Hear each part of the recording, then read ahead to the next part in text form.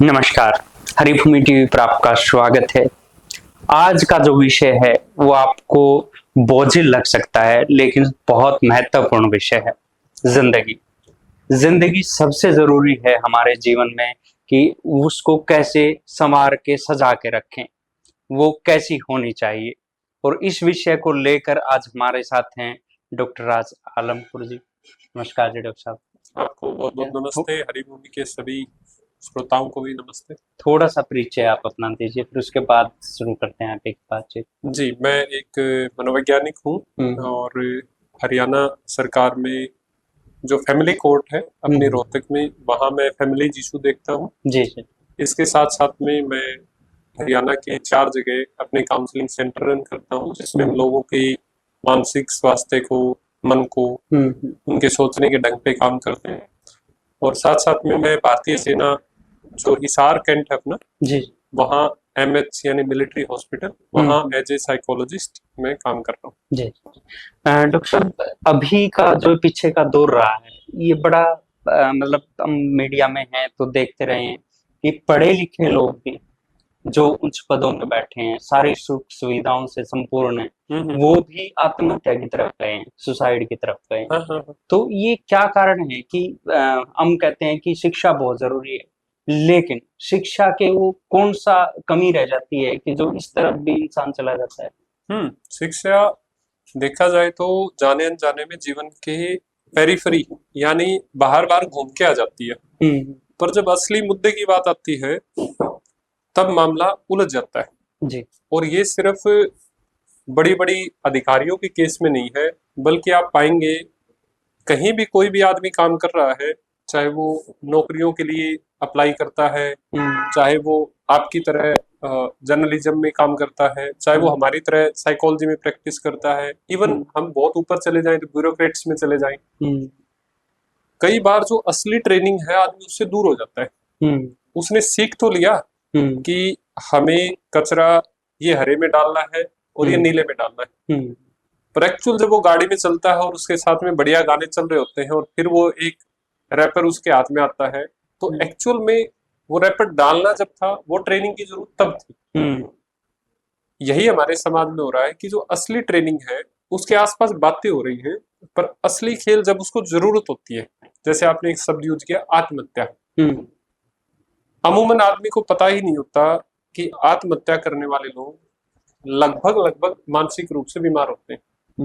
मैं लगभग इसलिए कह रहा हूं कि साइंस हमेशा 100% पे बात नहीं करती, 95% संभावना ज्यादा ही है।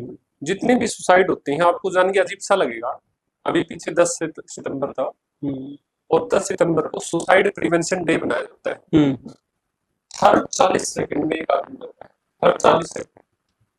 और सबसे खतरनाक बात यह है कि इन सब में जो सबसे महत्वपूर्ण वजह है वो डिप्रेशन, दूसरे नंबर पे एंजाइटी, तीसरे नंबर पे सोशल प्रेशर, लोगों का दबाव, फाइनेंशियल प्रेशर, और चौथे नंबर पे है कि इन लोगों की मदद कौन कर सकता है इसका पता ही नहीं। यानी अवेयरनेस, सही रास्ता क्या यही नहीं पता कौन इसको संभालेगा। तो सुसाइड करने के पीछे अधिकतम जो वजह होती है मानसिक समस्याएं होती है, लेकिन जब वो घटना घटी तो जाती है, बस हमें वो दिखता है, उसके पीछे एक बहुत बड़ी कहानी होती है और वो शायद ट्रेनिंग का असली हिस्सा होना चाहिए, तब जाके वो मामला आउटकम जो आ रहा है वो रुक सकता है। तो ये सुसाइड की मेन वजह देखने में आई है, क्योंकि हमें जो सिखाया जा रहा है, सिखाया ये जा रहा है कि जिंदगी में आपको अच्छा घर चाहिए, अच्छी गाड़ी चाहिए, अच्छे पैसे चाहिए, लेकिन ये कभी एजुकेशन या किसी भी संस्कार का हिस्सा नहीं रहा कि सबसे जो महत्वपूर्ण चीज है वो है जिंदगी, जीवन जो अनमोल है। कोई भी आप कुछ भी चीजें खरीद सकते हैं, लेकिन सांस नहीं डाल सकते इंसान के ऊपर। तो ये सिम्टम कैसे देखें कि इंसान निराशा की तरफ कैसे जा रहा है, ये सिम्टम भी देखना बहुत जरूरी है। आपने सर एक बहुत बढ़िया बात बताई कि जीवन का असली उद्देश्य जीवन ही होना चाहिए। The purpose of life is to live life itself. लोग जीवन जीने के चक्कर में थोड़े टाइम बाद, क्योंकि लंबा जीवन है, धीरे धीरे वो भूल जाते हैं।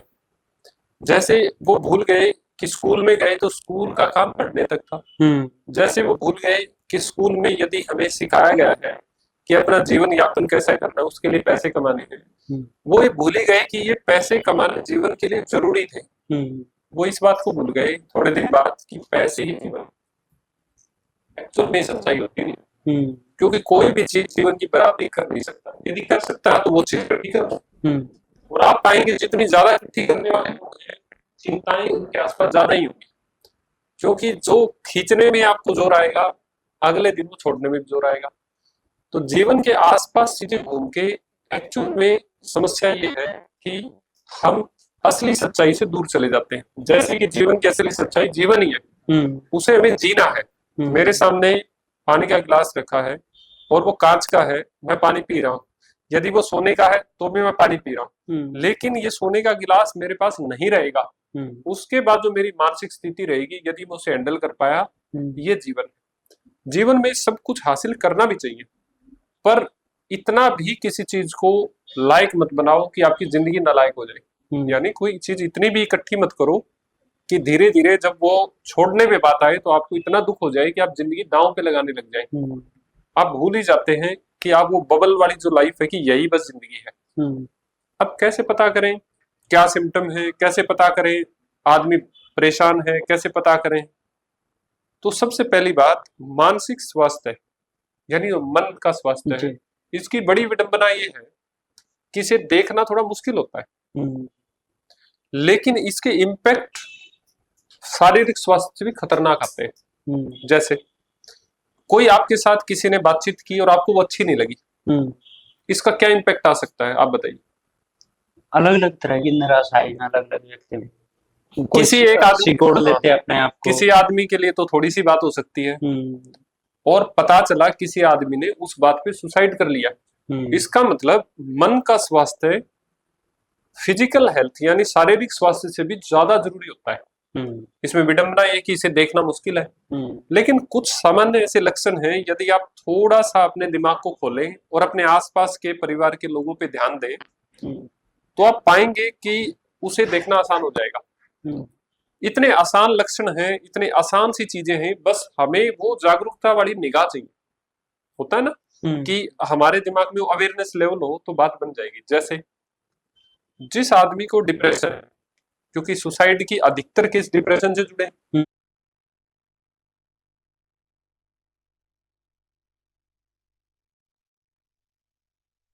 पता लगेगा उम्मीद खत्म हो गई है, तो वो कई बार आदमी ट्राई करता है, फोन करेगा, उसने कहा यार 500 रुपये उधार दे सकता है क्या? आपने आगे से करना, मेरे पास नहीं है भाई। अब इस आदमी ने अपने दिमाग में विचार करना शुरू कर दिया, यार मैं 500 के लायक भी नहीं हूँ, और चलो मैं लायक नहीं, मैंने हिम्मत तो करी थी, देखो मेरी कोई मदद नहीं कर रहा है, और आज 500 रुपये इतने बड़ी बात हो गई है। यहाँ से कहानी शुरू हुई है। आप सोचेंगे 500 रुपये में कौन सी क्या बात होगी, लेकिन शुरू हो गई। इसके बाद दूसरा सिम्टम आएगा होपलेस, के बाद हेल्पलेस, मेरी कोई मदद नहीं कर पाएगा। तीसरा एक आएगा वर्थलेस, एक आदमी ने बार बार मदद मांगी, बार बार उसे फेलियर मिला, फिर वो अपने पे डाउट करने लग जाएगा कि बेटे गड़बड़ तेरे अंदर है, गड़बड़ बाहर नहीं है, तेरे अंदर गड़बड़ है। होपलेस, हेल्पलेस और वर्थलेस, ये तीन चीजें आपके अंदर एक खालीपन पैदा करेंगे। आज आप देखना कई आदमी इतने विचलित रहते हैं, सब जगह बैठ जाएंगे, लेकिन शांति नहीं है। कॉफी आ रही है, मोबाइल स्क्रॉल कर रहे हैं, खाना मैडम घर पे लेके आ रही है, तब तक भी मोबाइल चला रहे, शांति कहीं नहीं है। उसका दिमाग में इतनी ज्यादा चीजें चलने लगी, एम्प्टीनेस इसी को बोलते हैं, कि सब कुछ है लेकिन खालीपन है। बाहर से भरा हुआ दिख रहा है लेकिन अंदर से बिल्कुल खाली। तीन सिम्टम आए, अब कहानी शुरू होती है। नींद बिगड़ने लगेगी, ज्यादा चिंताएं करने लगेगा, ओवर थिंकिंग में चीजें बदल जाएंगी, छोटी छोटी बात को पकड़ के उसको बहुत ज्यादा मैग्नीफाई कर देगा, और अब शुरू होती है कहानी उसकी डिप्रेशन की। एक्चुअल में 14 दिन तक ये घटना हो जाए तो यही डिप्रेशन है, कोई अलग से कोई स्टेप नहीं लगती। 14 दिन का ये डिप्रेशन अब शुरू होता है अपना रूप दिखाना। आपको मैं बताना चाहूंगा 3 करोड़ से ज्यादा लोग डिप्रेशन में, या यूं कहें कि 3 करोड़ परिवार समस्याओं को झेल रहे हैं। लेकिन डिप्रेशन को स्टिग्मेटिक, एक कलंकित कर दिया गया कि ना ना ना, मैं कमजोर थोड़े हूं, मेरे अंदर कोई दिक्कत थोड़े है, लेकिन मैं आपको बताऊं दिक्कत मेरे में भी हो सकती है और दिक्कत आप में भी हो सकती है, और इसके पीछे वजह एनवायरमेंट और जेनेटिक दोनों होते हैं। बहुत बार तो ये भी देखा गया है कि यदि आपकी पारिवारिक हिस्ट्री में डिप्रेशन कभी रहा है तो इसकी संभावनाएं बढ़ेंगी, आप पे डिप्रेशन आएगा। तो इसमें कोई शर्माने की क्या बात है। आप मेरे क्लिनिक तक आए, हो सकता है पहली दफा आए, आपने किसी से मदद ली कि यार यहाँ क्लिनिक है क्या, या आपने गूगल पे लोकेशन देखी, तो इसमें शर्म की क्या बात। आपको ये रास्ता नहीं पता था, आपने पता कर लिया। लेकिन मानसिक स्वास्थ्य के केस में साइकोलॉजिस्ट के पास जाने से पहले आदमी समस्या पे नहीं सोचता, पहले ये सोचता है बेटे तू इतना खराब है, इतना वीक है क्या कि तू बात करेगा, तेरे को डिप्रेशन तो हो ही नहीं सकता। क्यों नहीं हो सकता भाई, आपके मंगल ग्रह के सबको हो रहा है, और किसी को भी हो सकता है, और हमें भी हो सकता है। अब कहानी शुरू होती है सुसाइड वाली। आपने इस चीज में देखा कि सुसाइड एक दिन का खेल नहीं है। पहले हेल्पलेस हुआ आदमी, होपलेस हुआ आदमी, वर्थलेस हुआ, एम्प्टीनेस आई, अब इसमें ओवर थिंकिंग आई, और अब ये आदमी डिप्रेशन में आया तो इसकी एनर्जी लो हो जाएगी। पानी पीना भी इसे लगेगा भाई साहब इतनी हिम्मत नहीं है पानी पीने की। सबसे पहले इस आदमी का कंट्रोल अब दुनिया से खत्म हो गया। उसको लगेगा अब मुझे कोई नहीं समझ सकता, मैं इस ग्रह का आदमी नहीं, या ये दुनिया अलग है, मैं कुछ और हूं।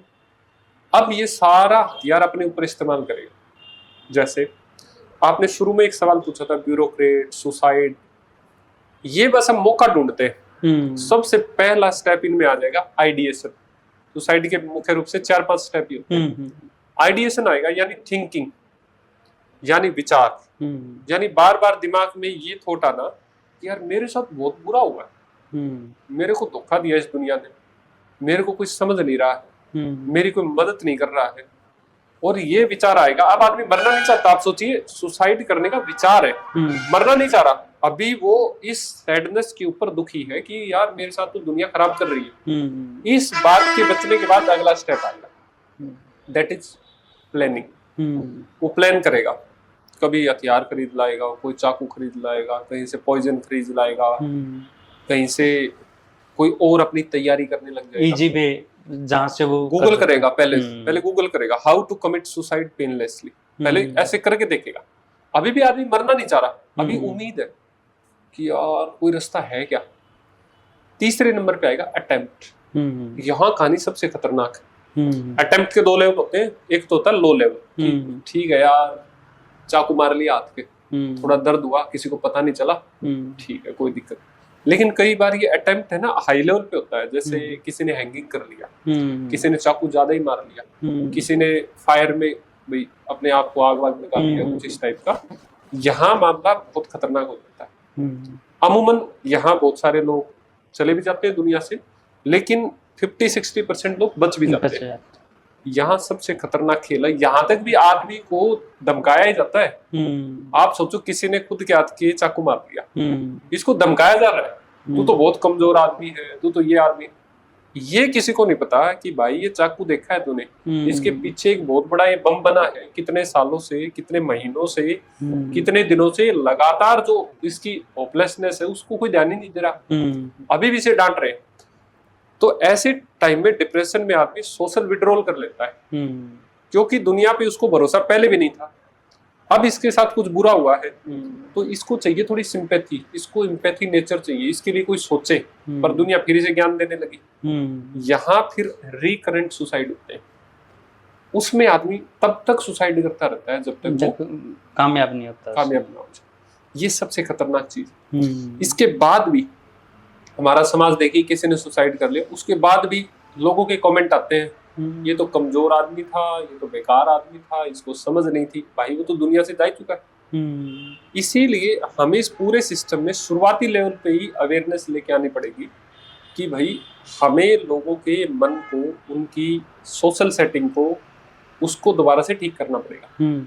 यदि कोई आदमी पहले बड़ा भाग भाग के पार्टिसिपेट करता था चीजों में, अब उसने करना कम कर दिया है, यदि उसे लग रहा है, कई बार ऐसा भी देखने को मिला है कि वो बहुत फंक्शन में इन्वॉल्व होता था, आगे से आगे काम करता था, अब वो कम हो गया है, तो मामला शुरू हो चुका है। इसको आप जब शुरू से, गीता में भी ऐसा बोला गया है कि जब आप किसी नेगेटिव विचार की एंट्री बैन कर देंगे, यानी किसी बीज को पनपने से पहले उसी समय उसको रोक लेंगे, तो मामला ठीक हो सकता है। यहाँ पे जरूरत है हमारे समाज में इस बारे में बताने की। लोगों को एक कॉमन डायलॉग हो गया है कि इतना डिप्रेशन तो मेरे में वैसे ही है, मैं तो डिप्रेशन में हूँ। और कई लोग बिल्कुल अलग तरीके की बातें करेंगे, अच्छा मुझे डिप्रेशन, अरे हो ही नहीं सकता है। जाने जाने में हमारे आसपास ही कुछ न कुछ लोग ऐसे हैं जिनको ये समस्याएं होती हैं। इसलिए जरूरत है थोड़ा सा जागरूक होने की। और जो भी लोग इस वीडियो को भी देख रहे हैं, हमारे पॉडकास्ट को देख रहे हैं, उन्हें मैं इस बात पे जोर देना चाहूंगा कि भाई तुम लोग सुसाइड कर रहे हो या नहीं कर रहे हो, या तुम्हारे आसपास के लोग कर रहे हैं नहीं कर रहे हैं, एक कड़ी सच्चाई तो यही है कि सभी को मरना ही है। हमारे घर में तो यही प्रचलन है, मेरे दादा चले गए, पिताजी भी कभी जाएंगे, हम भी कभी जाएंगे, हमारे बच्चे भी कभी जाएंगे। इसके लिए आपको एफर्ट क्या करना है? असली खेल है मरना कैसे ये मत सीखो, असली खेल है जीना कैसे ये सीखो। जीना कैसे, क्योंकि मरना तो वैसे भी है ही, जीना सीख लेंगे तो क्या पता किसी को हम काम आ जाए। अमूमन सुसाइड करने वाले आदमी के दिमाग में 3-4 भ्रम भी होते हैं, जैसे मेरी समस्या खत्म हो जाएगी, मैं दुनिया से चले जाऊंगा तो मेरी समस्या खत्म हो जाएगी। आप जरा अंदाजा लगा के देखिए, किसी आदमी ने 20-30 लाख का लोन ले रखा, उसने पहली बार तो अपनी जिंदगी की कीमत 20-30 लाख मान ली, जो बहुत बड़ी सच्चाई मुझे तो लगती नहीं। दूसरी बात, क्या उसके जाने के बाद उसको जो परिवार को फाइनेंशियल मदद मिलनी थी, जो उसके एफर्ट से उसका परिवार का गुजारा चलना था, क्या आपको नहीं लगता उस परिवार में वो दुख आपने बांट दिए और ज्यादा दिक्कत बढ़ा दिया? यानी सच में हम दिक्कत खत्म करने की बजाय हम दिक्कतों को बढ़ा के चले जाते। इसीलिए जीना सीखिए, तब तक जीना सीखिए जब तक आखिरी सांस। और जो गिव अप आप करते हैं, इसके पीछे वजह है हमारे आसपास के माहौल में इस चीज को उतनी अवेयरनेस लेवल पे बताया नहीं गया। इससे ज्यादा कोई बड़ी बात नहीं। अब वही है कि कई बार हमें किसी को कहते हुए मजाक लगता है, वो चीज मजाक इतना बड़ा बन जाता है कि वो अटेम्प्ट तक चला जाता है। हाँ, लोगों को ये भावनाएं समझने में, संवेदनशीलता जो है ना इंसान की, वो एक बड़ा मामला है कि वो समझ ही नहीं रहा कि उसके शब्दों का अगले पे प्रहार कैसा होगा। बिल्कुल, ये जो डिजिटल जेल आप देख रहे हैं डेली, जैसे पहले जेलों में बंद करते थे, क्या कर दिया भाई, सारी दुनिया से दूर कर दो, खाना पीना लिमिटेड दे दो। आज देखो डिजिटल जेल चल रही है। आप सोचो, हर तीसरा आदमी, हर दूसरा आदमी, हर आदमी, तीसरा भी भूल जाओ, हर आदमी अपने हाथ में, अपने आसपास इतने डिवाइसों से घिर गया है, खासकर सेलफोन। पूरी दुनिया इसमें इतनी जान लगा दी है। समझदार आदमी 5 घंटे मोबाइल चला रहा है, जो थोड़ा सा मॉडरेट लेवल पे 7-8 घंटे पे चला गया है। और जो बच्चे हैं या जिनको यही नहीं पता भाई तुम फंस गए हो, 8-8, 10-10, 12-12 घंटे रोज मोबाइल चला रहे। अब सोच के देखिए, जिस आदमी की जिंदगी 12 घंटे मोबाइल में रही, उस आदमी से आप कैसे उम्मीद करोगे कि संवेदनशीलता है?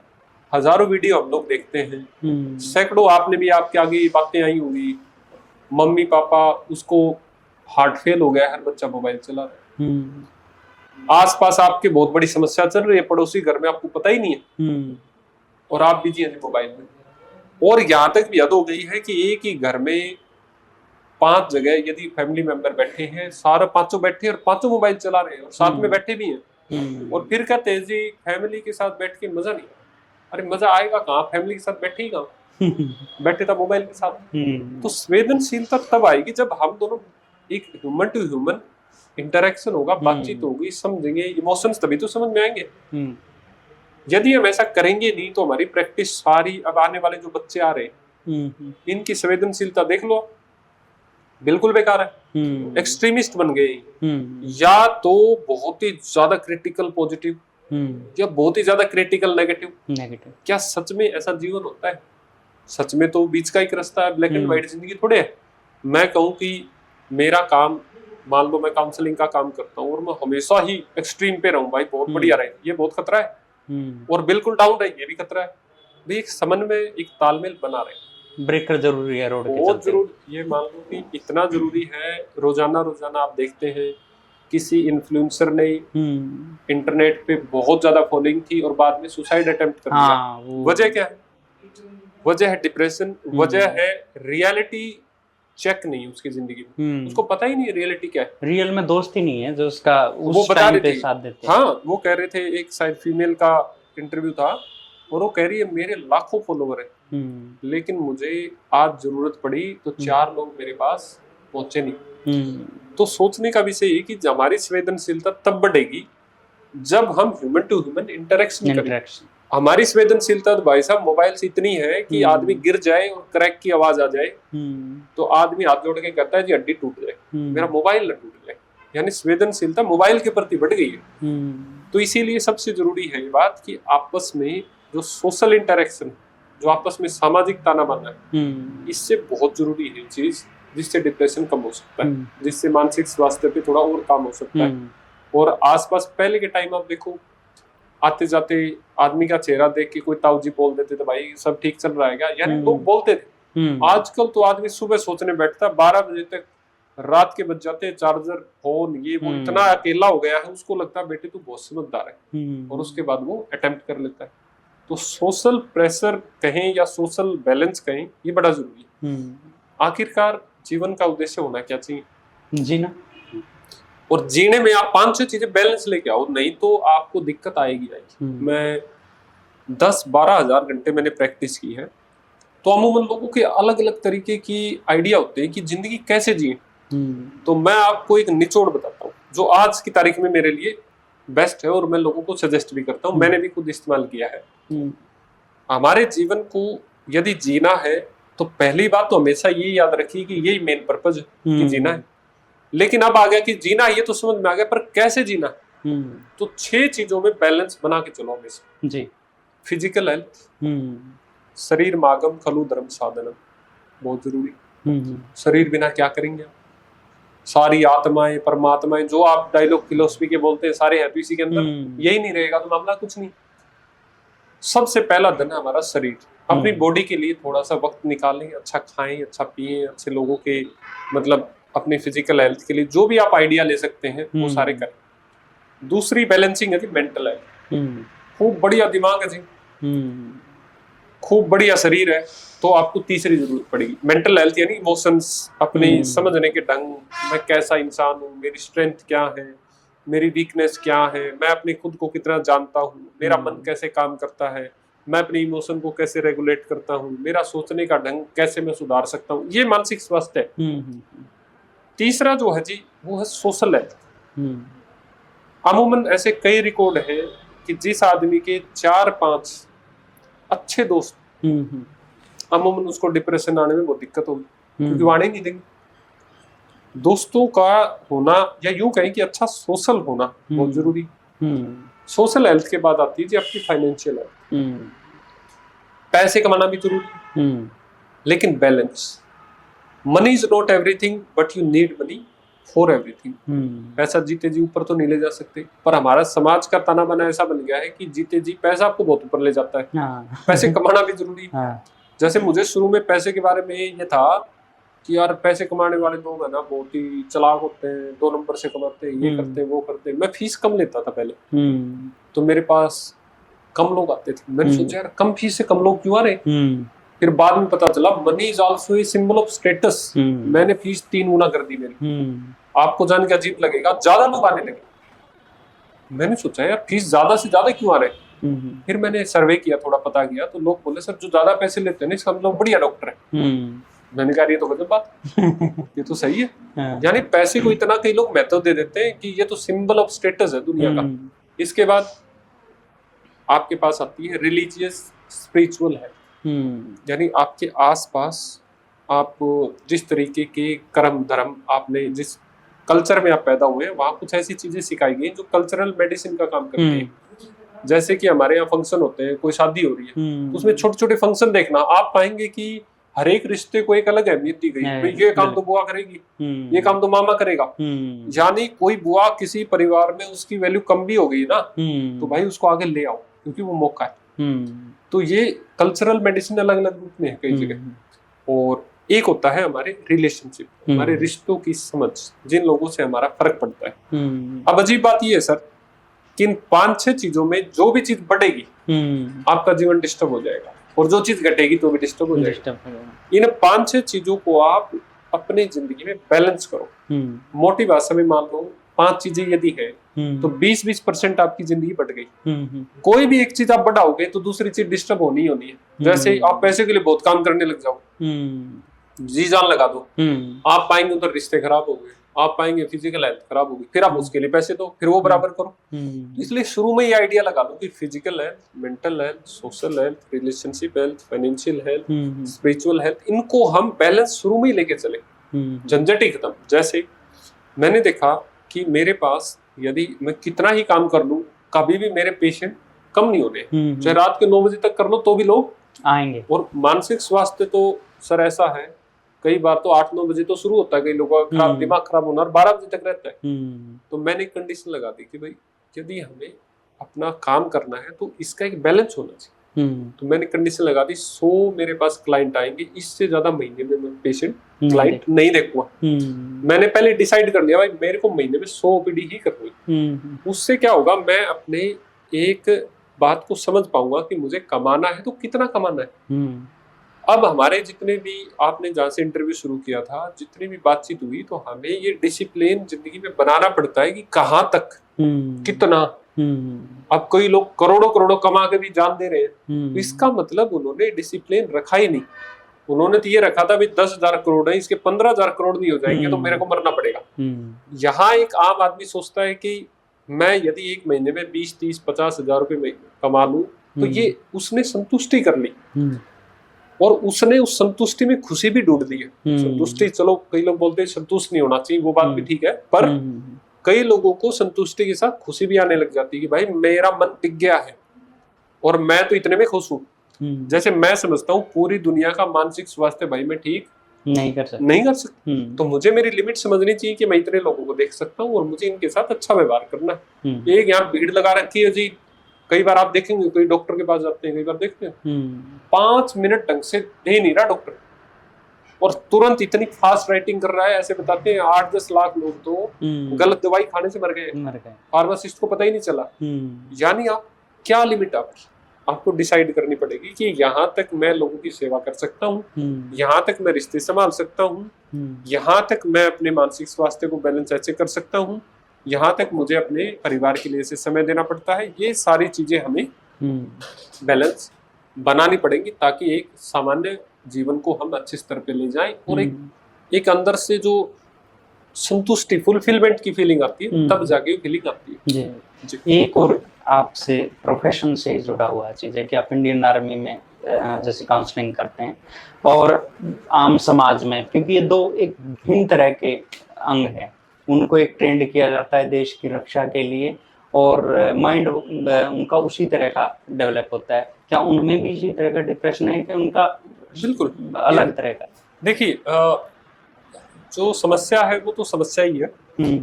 अमूमन ऐसा पाया गया है कि जो हमारे डिफेंस के ऊपर काम चल रहा है वहां भी ऐसा नहीं है कि वो सिर्फ सारे लोग युद्ध ही लड़ रहे हैं, वहां एक पूरी सेटिंग है। उस युद्ध लड़ने के दौरान कहलाया हर एक जवान सोल्जर ही कहलाएगा, लेकिन उस युद्ध लड़ने के लिए बहुत सारी व्यवस्था करनी पड़ती है। उदाहरण के लिए आपने टैंक चलाना है तो टैंक को ठीक करने वाला भी चाहिए, टैंक का रास्ता बनाने वाला भी चाहिए, और टैंक के टाइम जो चला रहे उनको खाना भी देने वाला चाहिए। तो आर्मी भी एक दुनिया ही है, वो दूसरी दुनिया जिसमें डिसिप्लिन्ड, जिसमें अपने सीनियर के प्रति जो सोचना है उनका वो सब।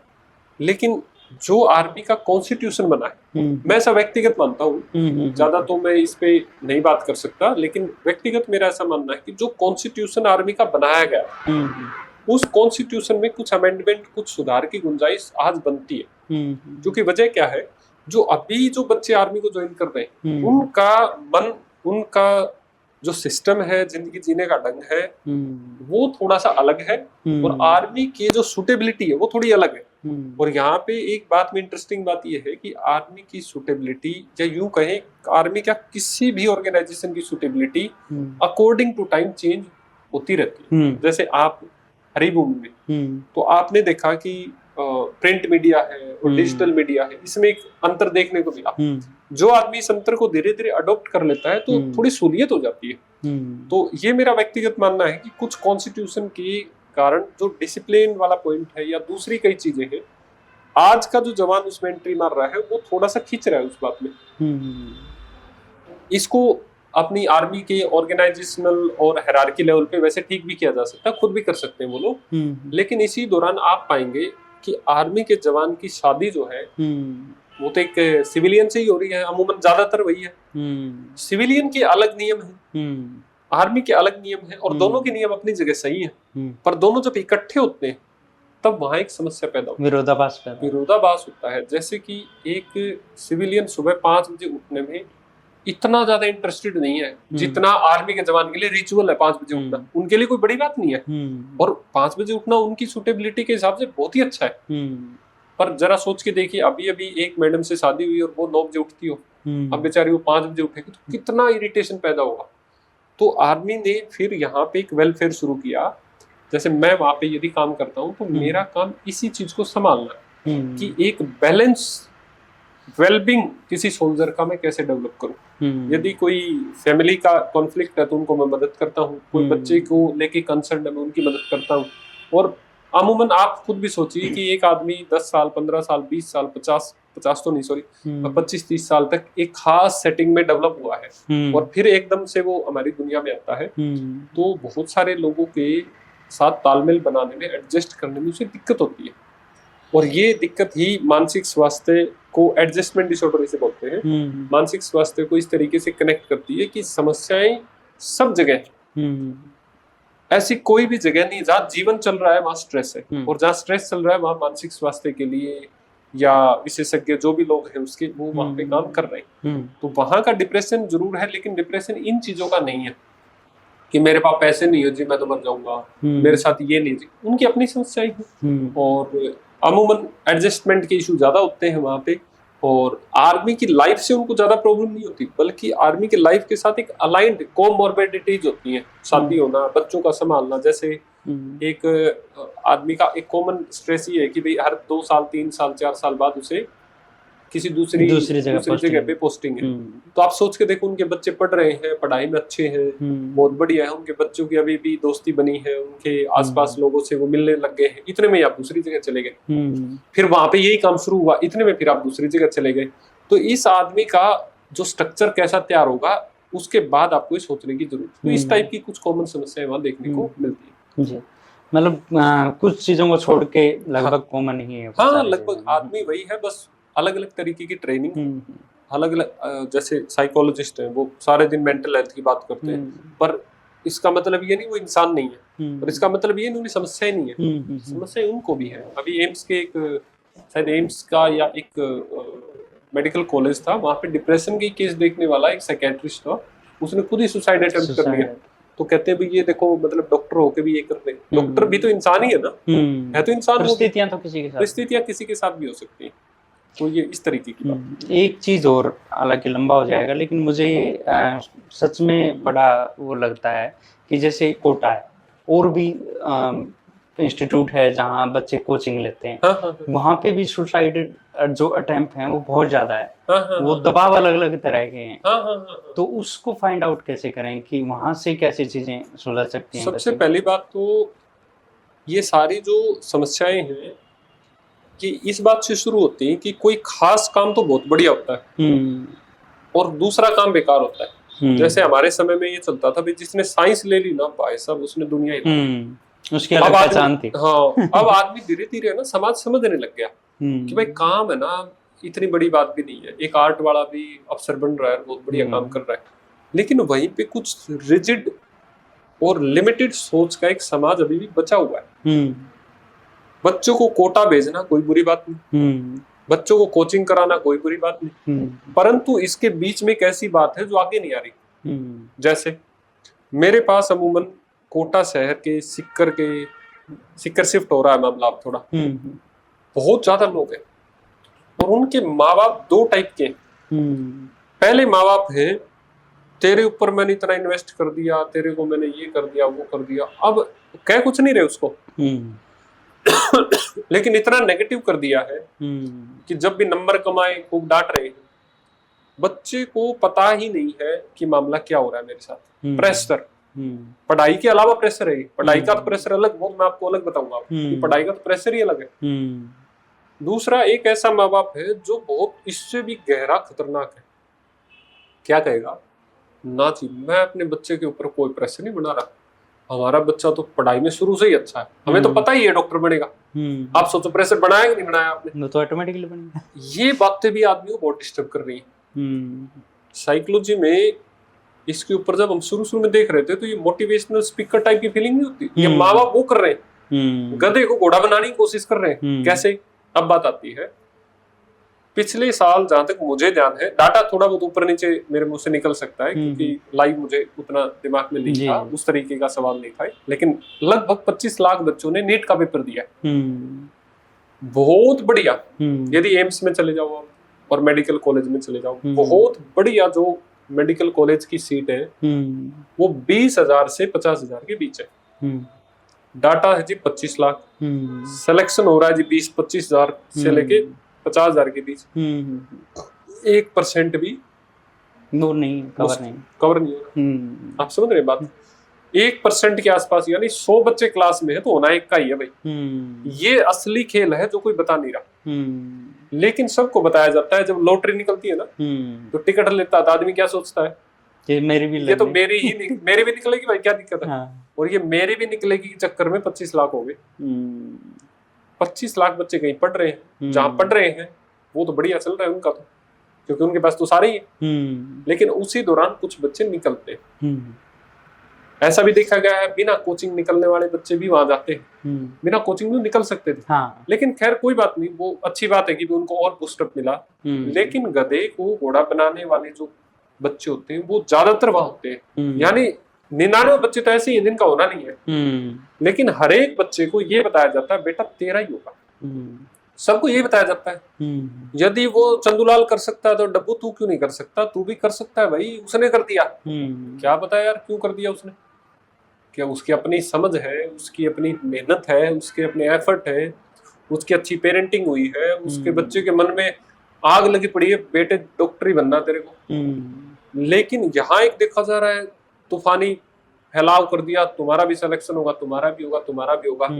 और आप देखना 9th तो ज्यादा बता रहा हूँ, अमूमन 6th-7th क्लास से बच्चों को डॉक्टर बनाने की तैयारी कर दी है शुरू। स्कूल ड्रॉप आउट करवाने लगे 6 क्लास से। कितना खतरनाक है। जिस आदमी को ये नहीं पता स्कूल में पढ़ाई के लिए नहीं भेजा जाता, पढ़ाई के अलावा सोशल होता है बच्चा, पीयर उसका एक अपना अलग से माहौल बनता है, बच्चा कॉन्फिडेंस लेके आता है, उसको लिमिट कर दिया आपने। और इतना खतरनाक, समाज को ये पता है, गवर्नमेंट को पता है, सबको पता है, लेकिन एक बिजनेस है बहुत बड़ा जिसके ऊपर बहुत ज्यादा बात करते हैं। तो नीचे कोई अभी भी कोई हमारा साथी कमेंट कर देगा, अरे आपको क्या पता मेरा बच्चा कितना मेहनत कर रहा है, ये क्या कर। भाई मेहनत करनी चाहिए, अच्छी बात, पर जो एक इनडायरेक्ट प्रेशर बनाया जा रहा है, और ये इनडायरेक्ट प्रेशर सिर्फ माँ बाप नहीं टीचर भी बनाते हैं, समाज में भी। हाँ समाज में भी ये कर रखा, और वो तो डॉक्टर भाई क्या होगा। तो आपको पता है पिछले टाइम ही NMC जो मेडिकल काउंसिल है उसमें बहुत सारी जगह मेंटल हेल्थ एक्सपर्ट को असाइन किया गया है। भाई बहुत स्ट्रेस में है डॉक्टर, ये कोई पता ही नहीं रहा। डॉक्टर नीट का पेपर क्लियर करने से नहीं होता, असली खेल तो बाद में। मेरे पास अपने यहाँ PGI रोहतक के ज्यादा नहीं तो पिछले कुछ टाइम में 100 से ज्यादा डॉक्टर मेरे क्लाइंट है। तो इसका मतलब क्या है, डॉक्टर बनना कोई कामयाबी नहीं है। नहीं, डॉक्टर बनना एक प्रोफेशन है और उसके लिए बहुत जोर लगता है भाई। और वो जोर कितना लगता है, अमूमन मैं तो कई बार ये भी देखता हूँ, कई बार किसी बच्चे का कहीं सिलेक्शन भी हो जाता है और उसके बाद वो फेल होता रहता है क्योंकि उसके दिमाग में आया यार मैं तो डॉक्टर बन लिया था पहले ही, लेकिन असली काम तो अब है। तो कोई प्रोफेशन बड़ा नहीं है, कोई प्रोफेशन छोटा नहीं है, बस ये रिस्पेक्ट हमें करनी सीखनी पड़ेगी। मैं तो ये मानता हूँ अपने बच्चे को 90% 100% बनाने की बजाय एक ऐसा बैलेंस बच्चा बनाओ जो किसी की इज्जत भी कर सके, जो किसी को अच्छा भी कर सके। अब कई बार अमेरिका बच्चे छोड़ के चले जाते हैं, ऐसे छोड़ के चले जाते हैं कि माँ बाप से फीलिंग आती है कि बेटे अपनी जिंदगी में अपने बच्चों को इतना लायक बनाना कि आपको नालायक समझ जाएगा, है ना। ऐसा कई बार देखने को मिला। तो इसीलिए बैलेंस बच्चा पैदा करो, मतलब पैदा तो जैसा भी है लेकिन बैलेंस बच्चा बनाओ उसको, ये जीवंत बनाओ। यस, बहुत बहुत शुक्रिया डॉक्टर साहब, आपने गजब की जानकारी हमारे दर्शकों तक पहुंचाई है। और आपका भी ये फर्ज है कि इसको शेयर करें, ताकि ये जो बातें हैं बच्चों की और आपके जीवन की, ये और लोगों तक भी पहुंचे। ये बहुत ज़रूरी है। हालांकि हम आज के दिन इन पर बात करते हुए डरते हैं। डॉक्टर साहब ने भी बीच में कहा था कि हम जब मनोवैज्ञानिक के पास जाने की, मनोवैज्ञानिक ही है वो सारी चीज़ों को आपको बता देता है आपकी बातों से समझ के, तो उनके पास ज़रूर जाएं यदि आपको महसूस हो रहा है। और यदि आपके आस-पास भी कोई ऐसा इंसान है कि जिसको आपको लगता है कि ये डिस्टर्ब है, तो उससे भी ज़रूर बताएं कि सच में उसको ज़रूरत है किसी की।